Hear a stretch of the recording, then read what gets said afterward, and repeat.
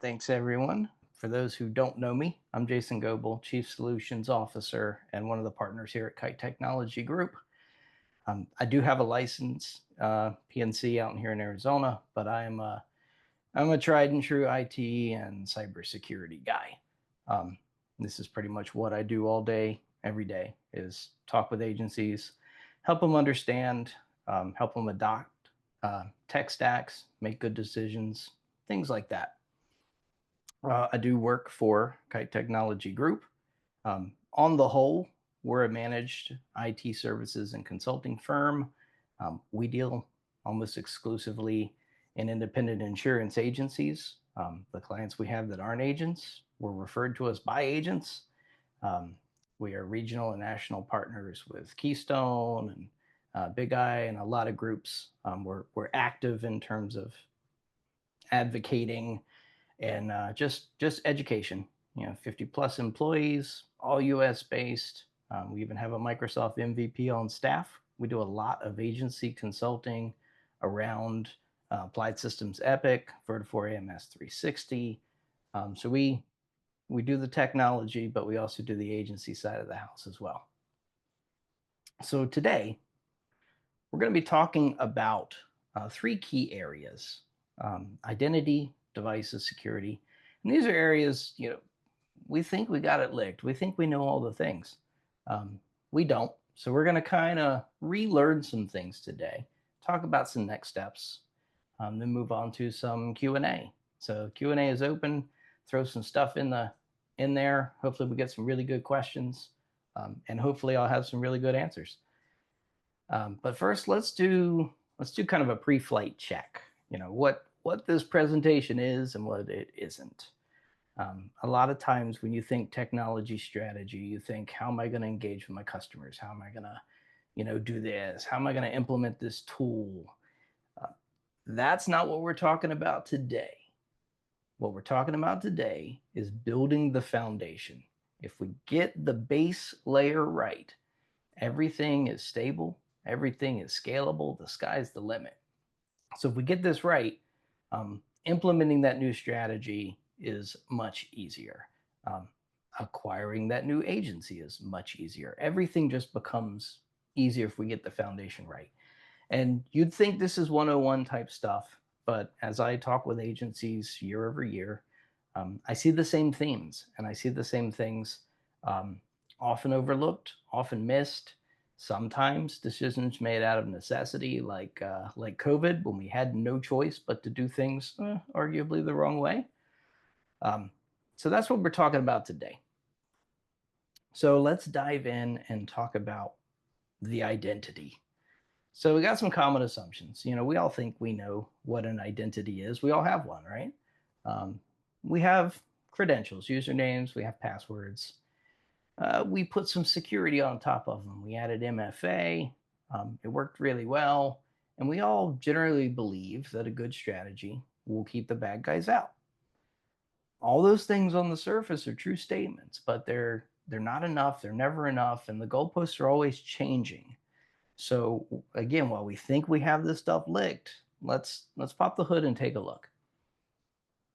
So when it comes to the identity, there's some things we need to think about. Where do we go in the world? Where do we go on the web?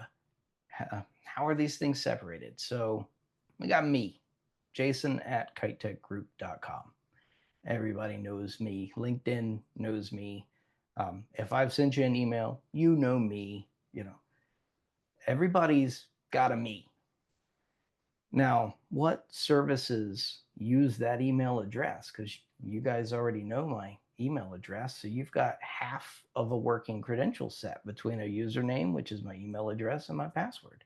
So where does this all go?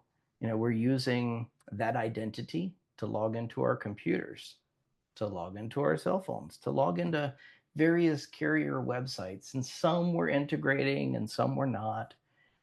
We might have some legacy on-premise systems, maybe TAM, maybe DS Pro. If you're still using TAM, we need to talk. Um, Internal communications, external communications. So it's all over the place. There's a big jumble of what it means to have an identity. And the big question is, how are you monitoring it all? And that's the part we often miss. We need to start thinking about these digital identities in the same way that we think about our real identities. I got a social security number, I got some bank accounts, maybe I got a 401k, I got some things. I got LifeLock to protect these things. I got credit monitoring. So when my score goes up, I know it. When it goes down, I know it. When new accounts get open, when there's any kind of suspicious activity, um, that's the type of mindset we need to adopt when we think about our identities, because protecting the identity is a lot more than just denying access or having a safe password or even having MFA. We need to think about, how do we know when the identity has been compromised? Looking at the dark web, looking at attempts at logging in, things like that. So having that identity monitoring in place is a really key component that I often see is missed in a lot of things. So there are some best practices. First and foremost, implementing single sign-on. Take all those identities, all those credential sets that you got floating out in all of the places, tie them together.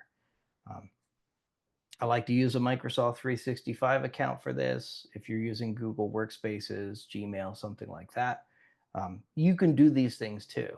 And I mentioned Gmail because this is good practice in your personal life. It's also good practice in your business life. Keep them all together, because then you've got less identities to keep track of. Because remember, we're not just making it secure. We're also watching what it does, how it interacts, where it goes. So we're watching the good stuff and the bad stuff. That's going to make it a lot easier. The more you can get into that single sign-on, Vertafore supports it, Applied Systems supports it. Some carrier websites do, a lot don't, which leads me to my next point, using a password manager. For all the things that you can't single sign on, have really robust passwords. Uh, I know that there's an argument for changing them frequently, but generally speaking, if you are monitoring and you know that the credentials are not compromised, having a static, lengthy, secure password that is unique to the account isn't necessarily a bad thing. But you're going to need a password manager to keep them all together, because you want all the passwords to be separate. Using a password manager also allows extra feature sets. If I pick on LastPass, for example, LastPass has a compromised database that they keep track of. They do dark web monitoring on your behalf.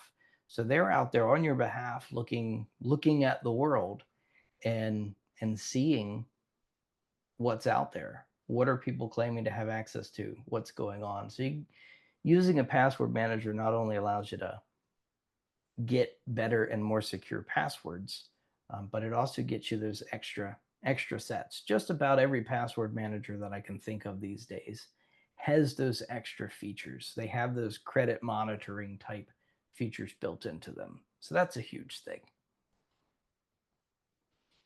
I would be remiss if I didn't remind you that MFA on all of the things means all of the things, not just your primary account, not just your Microsoft account, multi-factor authentication for AMS 360, multi-factor authentication for Epic, all of the things. It's also important to know that multi-factor authentication has evolved over time. We used to do text messaging. Well, text messaging got compromised. We started with push notifications. People got tired and frustrated of the constant push, so they just started tapping yes, whether it was validated or not. So we're starting to see now a trend towards authenticator apps being the new standard. Number challenges being the new standard, where you attempt to log in and it says, no, I need you to type in the number 84 into your authenticator app. So you grab your phone, type in your thing, and then you're off and running. So there are levels of sophistication within multi-factor authentication. There are biometric layers, fingerprints, retinal scanners, facial ID cameras that you can also bolt onto these things to be multi-factor. You can have physical security keys, all of those things. So unpacking and understanding a really strong multi-factor authentication strategy is a critical thing. And monitor what the identity does. Again, we kind of go back to that credit monitoring. We're looking for unusual activity that is allowed. Maybe it's correct username, correct password. Maybe it's the correct multi-factor authentication. We see a lot of this in business email compromise these days. But we're looking for the weird stuff. Like, yes, you logged in. Yes, you provided the great credentials. Like, but you did it from Maine and you're never in Maine. Or you did it at 3 o'clock in the morning and you generally don't work at 3 o'clock in the morning. Or you did it from two places at the same time, Florida and California. How's that even possible? So that's the type of stuff we need to be looking for in our identities, what they're doing, where they're going, and does it match a standard? And when you implement tools along these lines, that's what they start doing. They start building a profile and a baseline. They start to understand your working hours. If you're a Saturday afternoon worker kind of person, it'll know that, and it'll start to see that as a norm. If you're not, if you never use a VPN software on your phone and all of a sudden that starts up, we're going to notice. So that's going to be a really big, important icing on the cake for your identity strategy. So let's talk devices. Everybody's got one. Everybody's got five. It's just how it is these days. And that's where our common assumptions come in. We think everybody's got one. Everybody's always had one. And we've got some corporate devices. We got some desktops and some laptops. And yeah, they contain data. And yes, we protect them. And we do a relatively good job. And everybody's got some BYOD devices, personal phones, logging into web browsers from home computers. And there's this general assumption that they don't actually contain any data.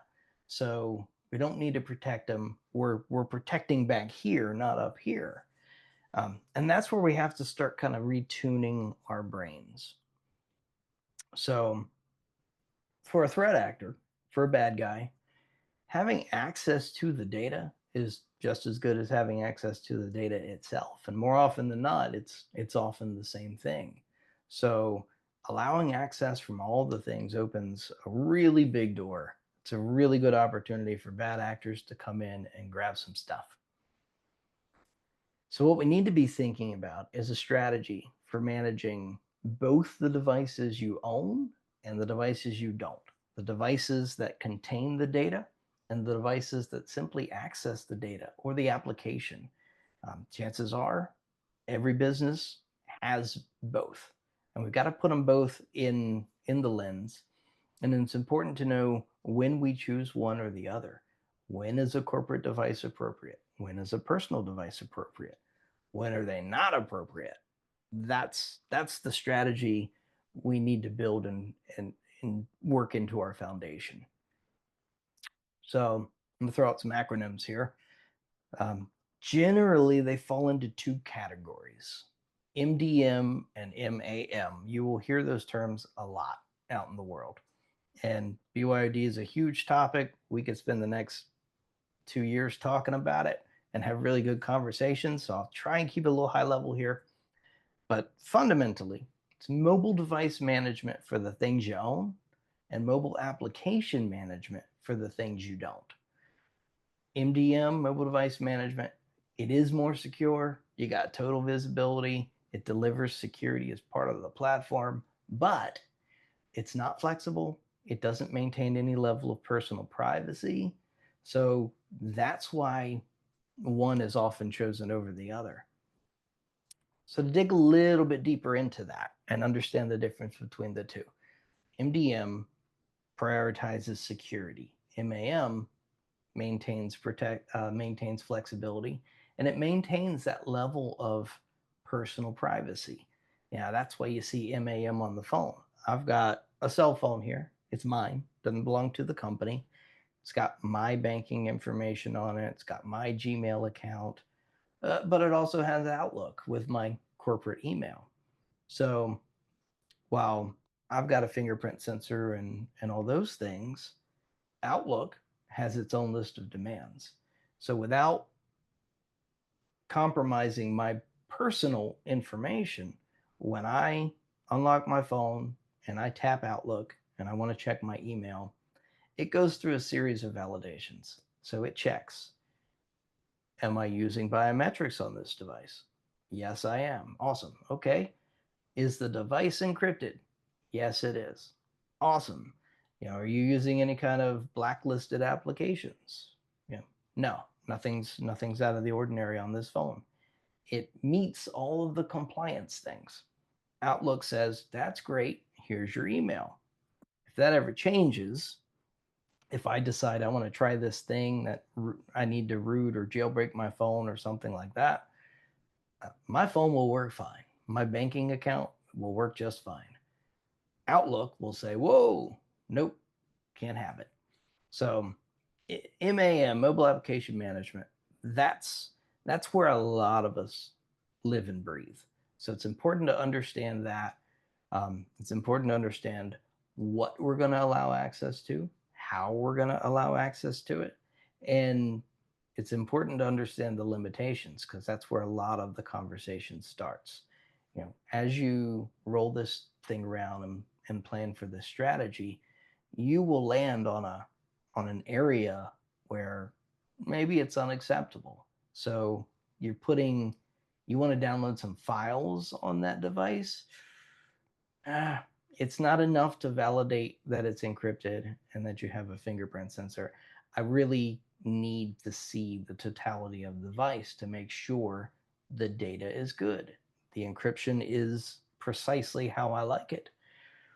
In that regard, now we've kind of crossed that line where mobile application management isn't going to get me comfortable with what's going on here. You've got the data on the device. I really need to see and access that device. I need MDM. You're not going to like that from a privacy standpoint. So I'm going to need to give you a device. And that's how we work through those things. So let's take one more step further down. Generally speaking, you got about 4 options. Option 1, mobile application management. Option 2, MDM, mobile device management. We kind of talked a bit about those. So the next one, limited web access. It's a good option. No devices involved, none of that. But you do need a narrow focus. What are you limiting and to what services? You're not going to get a full, complete, comprehensive listing of all the things through limited web access by its very nature. It's very specific, very targeted. You can't download, you can't print, you can't synchronize, you can't take it with you. That's an option too that you need to consider. The fourth option, no access. Sometimes that's appropriate. Sometimes the data is that sensitive. The situation is that sensitive where no access is appropriate. So consider those. It ranges from flexible to really secure. Now let's talk about my favorite topic in the world, security. So we've really made a lot of assumptions, a lot of compromises over the years as were necessary. It's not our fault. When the pandemic came to town, we had to keep the trains running, and we made some concessions. We implemented work from home strategies because we had to. We didn't really think about or have time to think about the implications. And that's been going on for a long time. Years now, we've kind of adopted these strategies, sometimes piecemeal. But for the most part, we feel pretty good about our security. We've got MFA, we think it's going to protect us. We got security tools making us compliant. We think there's a tool for everything, and we've bolted some on here and there, and we've landed at a pretty good spot. Most of us haven't been compromised. And we have this general notion that um, as long as the data is not on the device, there aren't any security threats. I mean, I see IT companies make that statement. If there's no data on the device, it can. Who cares who owns it? It's just an access device. So all of those things have an element of truth. Um, but there are some things we need to think about. And there are some things we always need to have rolling around in our brains. First and foremost, security is a journey, not a destination. You never get there. You never you never stick a flag in the ground and say, I'm done. I made it. We are secure. Doesn't happen. Sucks that it is that way, but those are the facts. The good news is I always have a job. Um, the second thing, security must be integrated into every decision. It's not something you bolt on. It's not a tool. A tool doesn't deliver security. A tool is a control. Security has to be baked into every thought, everything we do, and the reason behind everything we do. We also need to understand that trusting your people is not a security model. I know you trust them. That's why you hired them. I talk with a lot of agencies, and I've yet to find one that hires people they don't trust. So, yes, we all trust our people. Absolutely. But that doesn't mean that we give them keys to the castle. It doesn't mean that we give them everything, because in our mind, we have to separate the people from the identity. I trust the people. I absolutely do. I don't trust what the identity is capable of if you lose control of it. And that's where our brains need to be at. So, there's some best practices, lots of best practice around this stuff. The first one, have less stuff to protect. I know it sounds simple, it's really not. um, what do you need, and what must you have? Because there are requirements. Carriers demand a certain level of retention. Um, Accounting departments, they have a certain level of requirement. They've got to keep 10 years of data or 15 years of data, whatever the case may be. It's always a little different state by state. But there are some legal requirements. You can't just go willy-nilly deleting stuff. um, so what do you need? What do you have? um, and what do they need access to? The principle of least privilege really comes into focus here.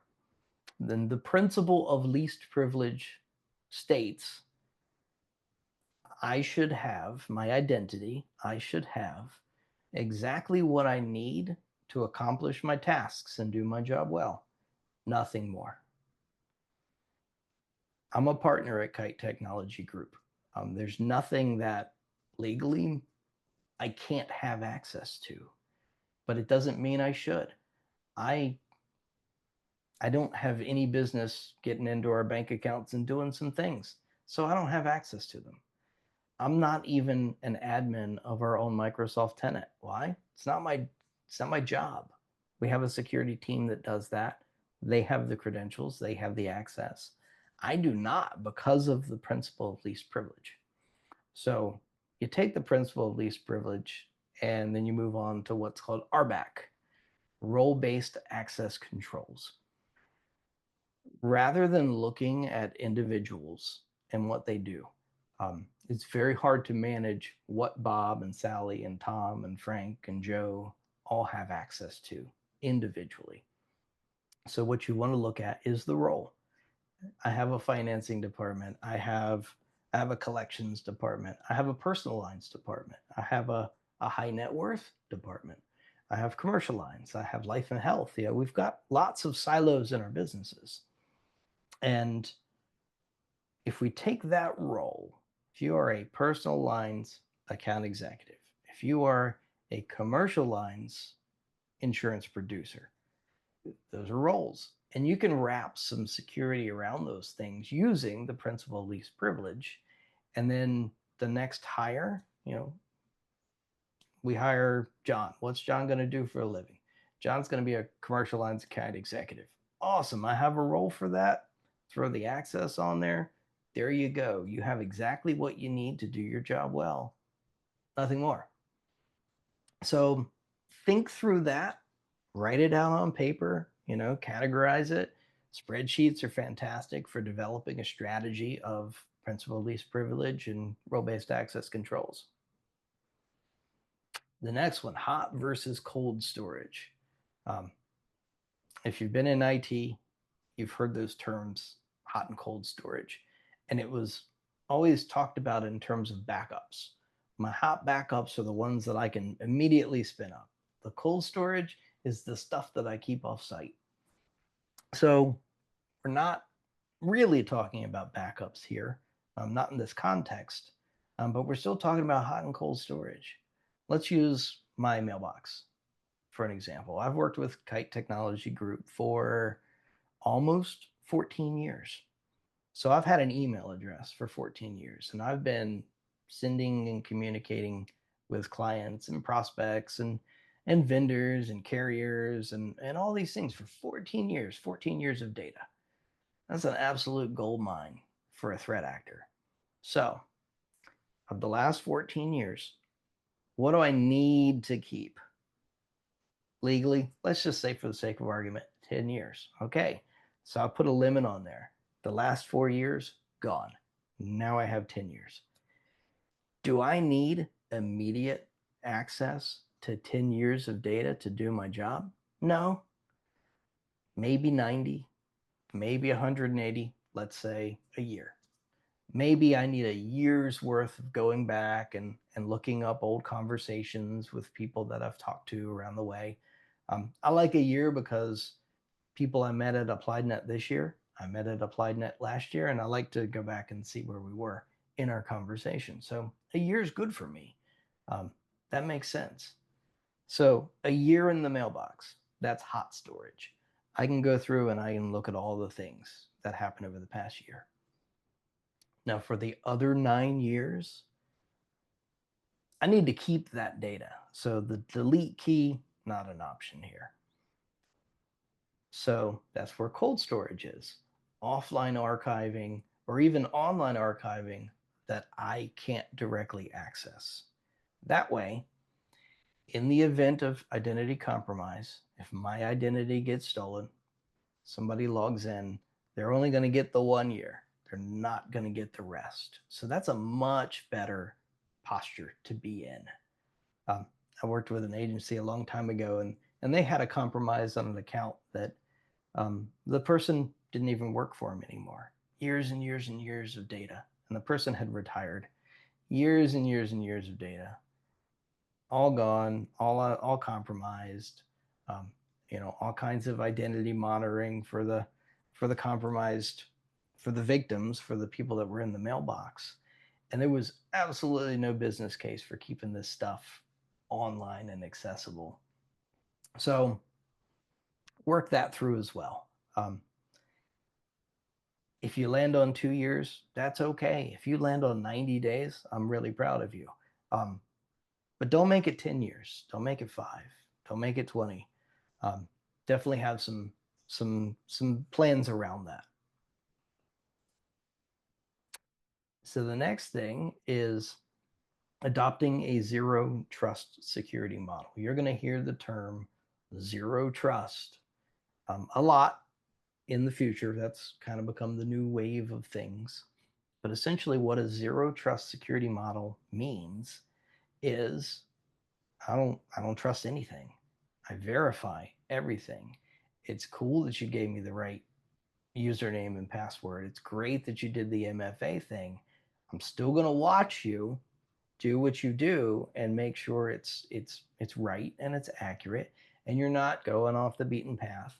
And this works for the identity and this works for the device. It kind of culminates all the things we've talked about up into this point. And it generally goes with the assumption that everything can be compromised. Everything is just a victim waiting to happen. So we look at the devices, we know them, but we don't trust them. We look at the identities, we know them, but we don't trust them. We validate them every step along the way. Oh, you wanna do this other thing? let's check it out. Let's make sure it's valid. Let's make sure we can secure it. In the pre-trust world, we had servers. Servers had Microsoft Active Directory. We had usernames and passwords, and those things got us to all the places. And that doesn't work anymore. That's what we call standing access, standing credentials. As long as my username and password is good, I can go wherever I'm allowed to go. Well, now we introduce the concept of telemetry, and this is where knowing the identities, knowing the devices, and monitoring really, really comes into play, because we're looking at all these things and we're looking at all the access and we're doing it in real time. Not us physically, systems that do this, systems that are aware of the segmentation, of the roles, that are built to trust no one. So if I pull two devices out of the box, I got a Kite Tech owned laptop on the left hand, and I got a Kite Tech owned laptop on the right hand. Both are joined to Microsoft 365. Both are secure in every fashion. Both meet our security policies, and yet the one wants to talk to the other. Well, there's no business case for that. There's no need for the one device to talk to the other. Therefore, it's not allowed. We don't do it. That's what zero trust looks like. There's never a world where the one can just talk to the other because it wants to. Always a reason, always validation, always that security, and it's integrated and tied into the mix. So the last thing, and this is really challenging, so I save it for last. This is typically this is the slide that you hand on to your IT department and say, hey, the guy just threw a bunch of acronyms at me. What does this mean, or what are we doing?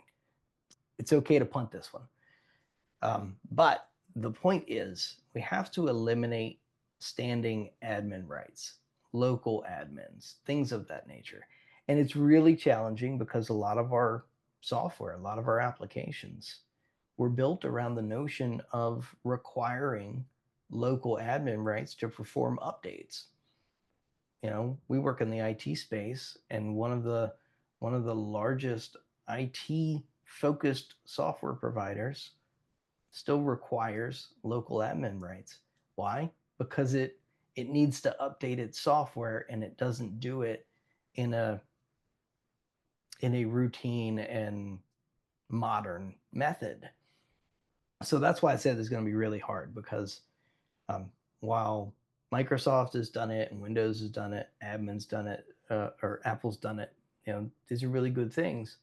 But that local admin password is still it's a boat anchor of sorts.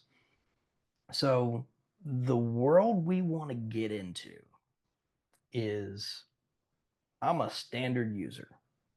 I can't change things. I can't modify the software that's on my computer. I can't turn off my security to test a thing. I'm just a standard user, no different than any other standard user. But every now and then, I need to update some software. So I ask, I need permission to update this very specific application, and I need to do it today, and it's going to take about an hour. Can I do that, please? The system says yes. You now have the very specific rights to tackle this very specific piece of software. I make the change. The door automatically closes behind me. Awesome. That's the concept of on-demand privilege. And that's where the acronyms come in. Everybody likes an acronym for this. Privileged identity management, just in time, elevated privileges, LAPS, local admin passwords. I'm going to point that one out specifically because that's an acronym you're going to start seeing on your cyber liability applications. The next time it renews, don't be surprised if Travelers or Coalition asks you, are you using LAPS? Have you implemented LAPS? They might not even tell you what the term means, but there it is. So that's the freebie there. But that's the world that we're getting to, where nobody's an admin, nobody's a global admin. Everybody's just a guy, and the system kind of works it out. So those are the three strategies. Those are the things, the three foundations. If we get them right and we do it well, and apply proper care and feeding, because again, this isn't a once and done type of situation. These are the things we take care of in life. But if we do that, we build that foundation, we can build any house we want on. We can build any size house we want. We can build multiple houses because the foundation is going to be super strong. So, questions, hopefully some answers. I got a couple here. I get this one a lot. What kind of danger is there on a device if all the data is stored in the cloud? There's nothing to hack. My immediate response, where my brain always goes, is always back to keyloggers. It used to be a popular thing in the mid to late 90s. You install a little piece of software, and then it could just keep track of all the things that your keyboard typed. And those access devices, those devices that are used to browse the web, that are used to do other things, don't actually contain the data. As long as they have keyboards, and as long as you're typing on them, that's a risk. So if there's one risk, there are arguably others, but that's where my brain immediately goes. And I think always in terms of the lowest hanging fruit. The corporate devices, they're really secure. They've got Defender or Sentinel-1 or Bitdefender. They got all the big corporate enterprise tools. Chances are this little cell phone doesn't have much. The home computer that the kids play Minecraft on, I know it's not using laps. It's got a local admin password for sure. Um, so there are lots of dangers, starting with the keyboard, starting with the users, starting with the things. Let's go back to LastPass. I used them as a good example. Now let me use them as a not so good example. A LastPass developer, everybody knows about the LastPass hack. The LastPass developer was using some outdated software on his machine for like watching movies and watching videos and stuff called Plex. Had absolutely no business sense in the world. Everything LastPass did, it was all in the browser, it was all done. And yet that was the thing that tanked them. So yeah, even if the device has no data, if it's got access to the data, I give it as much security as I can throw at it. I just don't like to apologize for getting that thing wrong. All right, next question. How are the hackers getting around MFA? That's a good one. It gets a little technical, but what they've started to do is what they call a proxy. So you'll get an email. You don't think it's malicious, but perhaps it is. It'll have a link. You click the link. Somebody trying to share a file with you, as an example, and it pops up. Oh, this is a OneDrive file. I need you to authenticate your Microsoft 365 stuff. Okay, kind of used to that by now. OneDrive does require and ask for me to authenticate. And what you're seeing on your screen is a real Microsoft window, but it's being delivered to you by that malicious third party. So you're seeing it almost through their window. So when you're typing the stuff, you're typing it to them, they're putting it in your behalf. Therefore, when it comes back to them, oh, I need an MFA prompt. They come to you, oh, we need the MFA prompt. So as you're typing it in, you're typing it to the middleman, and off it goes. And that's really how easy it is to get around MFA. It's when you think about what we do for a living, we do a lot of things. When you think about what a hacker does for a living, they do one thing all day, every day. They just focus on compromising things. So they are always going to have a much better, far more singular focus on cracking the code than we are having to put it all together, having to secure it, oh, while we run our businesses and help our customers. That's how they're getting into it. I am confident that MFA will continue to improve and provide levels of security, but I'm also confident that threat actors are always going to have another trick up their sleeve. So I got one more question. Do you have a recommendation for a password manager? I know we've talked about the good and the bad of LastPass, and there are others. Keeper, Bitwarden. Um, I don't really have a recommendation or a favorite. I really have two statements on the subject. Is number one, just because they've had a security incident doesn't mean that you should rule them out as a good solution. Right? If Target's getting hacked and Microsoft is getting hacked and the Center for Internet Security is getting hacked, if everybody's going to have a security incident of some kind at some point. So I don't necessarily look at did they get compromised in any way or shape or form. I look at other things, how the data was secured, how there was compartmentalization, things of that nature. And there were some things I didn't like when I saw how the LastPass thing unfolded. But when they put it back together, I did like a lot of the changes that they implemented. I liked the transparency along the way. I appreciated that. I know in security, you can't always talk about what you're doing because there is some security by way of obscurity. So there's some things we don't talk about. There's some things we can't talk about. But I appreciated the transparency. When I've seen some other um, password managers come under fire from some suspicious stuff, they've got really defensive and they've obfuscated far too quickly, in my opinion. Um, so that's my first point. I wouldn't rule out any when you go in to make an informed decision. The second point is any password manager is better than no password manager. So whatever you land on, it's going to be better than what you had before. Be it LastPass, be it Keeper, be it Dashlane. A lot of these things, they have different sales models, which is why sometimes you see IT companies pushing one password manager over another. It's really not always about the quality of the tool. Sometimes it's just what's possible to be sold.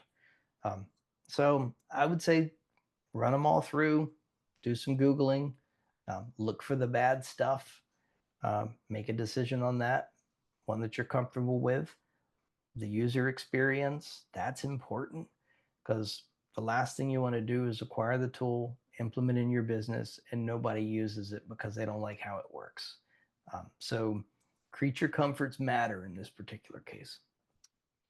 Okay, so how we can help. The advice is always free. So if you have any questions after this, maybe you're the introvert in the back and didn't want to mention it, or something like that, the advice is always free. Feel free to reach out, ask some questions. We'll certainly give you some answers. Um, we do IT services, we do technical consulting, we do agency consulting. So um, we work with other IT departments. We work with folks directly, business owners directly. So we do play well with others. So certainly, we're here to help. We're here to provide all the information we can. Let us know. I'm going to put some QR codes and some contact information. If you use any of those channels, it'll get back to us, and we can help you any way we can.